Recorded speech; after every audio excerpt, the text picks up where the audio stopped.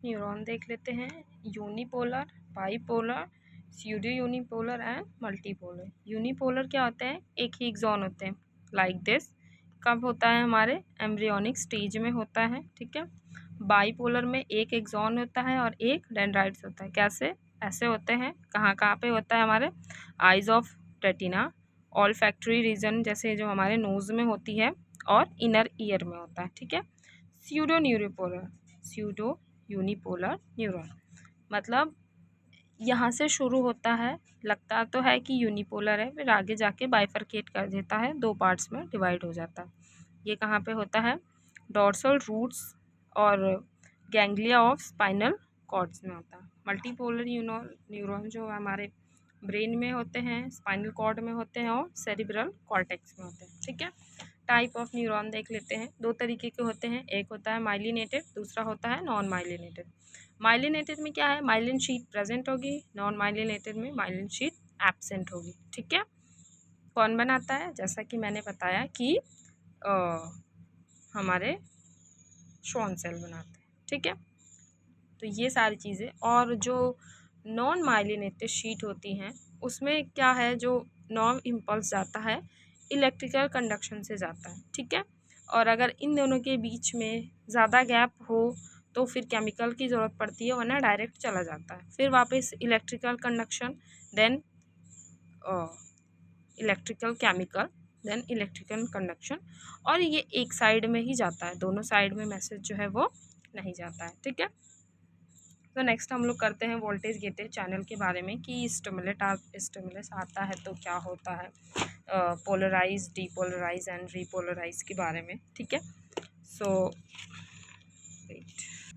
हम लोग पढ़ते हैं पोलराइज और डीपोलराइज और रीपोलराइज में। पोलराइज में क्या होते हैं? सोडियम जो होता है वो डिफ्यूज़ होता है, बाहर जाता है, जिससे क्या होता है? बाहर का जो चार्ज होता है वो पॉजिटिव हो जाता है और अंदर का चार्ज जो है वो नेगेटिव हो जाता है। किसके वजह से? K+ के बाहर जाने की वजह से, ठीक है। देन डीपोलराइज में, ठीक है, डीपोलराइज में क्या होता है? Rapid in diffusion of sodium ion. इसमें क्या होता है? सोडियम जो है वो अंदर आता है, सोडियम के अंदर आने की वजह से जो है अंदर का जो चार्ज होता है वो पॉजिटिव हो जाता है, ठीक है। रीपोलराइज में क्या होता है कि rapid diffuse of potassium ion, ठीक है, K+ आयन। इसमें क्या होता है कि वापस से K+ जो है वो बाहर जाने लगता है, जिससे क्या होता है कि बाहर की जो मेम्ब्रेन होती है वो पॉजिटिव हो जाती है और जो अंदर की मेम्ब्रेन होती है वो नेगेटिव हो जाती है, ठीक है। मेम्ब्रेन किसके लिए सबसे ज़्यादा परमिएबल होती है? K+ आयन के लिए। किसके लिए सबसे कम परमिएबल होती है? सोडियम आयन के लिए, ठीक है। तो ऐसा होने से जो हमारा ये है, ये चार्ज जो है ये तो बैलेंस हो जाता है, ठीक है, लेकिन आयन्स उल्टे हो जाते हैं। आयन्स उल्टे कैसे हो जाते हैं कि पहले सोडियम अंदर था, पोटेशियम बाहर था। सॉरी पहले सोडियम बाहर था, पोटेशियम अंदर था। अब उल्टा हो गया है, सोडियम अंदर है और पोटेशियम बाहर हो गया। तो इसके लिए क्या चलता है? इसके लिए चलता है हमारा सोडियम पोटेशियम पंप। इसके लिए क्या चलता है? हमारा सोडियम पोटेशियम पंप, जो क्या करता है कि 3 सोडियम अंदर, 2 पोटेशियम बाहर। मैं लिख के बता देती हूँ, ठीक है। इसके लिए क्या चलता है? सोडियम पोटेशियम पंप चलता है। ये क्या करता है? 3 सोडियम को बाहर फेंकता है और 2 पोटेशियम को अंदर लेता है। किसकी बात हो रही है? मेम्ब्रेन की बात हो रही है। याद कैसे करेंगे? 3 सोडियम, ठीक है। कितने वर्ड्स हैं? 3 वर्ड्स है ना, आउट में 3 है, ठीक है। तो 3 सोडियम बाहर, इसमें कितने हैं? 2 हैं, ठीक है। और इसमें भी कितने वर्ड्स हैं? 2 हैं। तो 2 पोटेशियम अंदर। तो सोडियम पोटेशियम पंप से जो है आयंस बैलेंस होता है। क्या होता है? आयंस जो है बैलेंस होता है, कह सकते हैं, ठीक, क्लियर।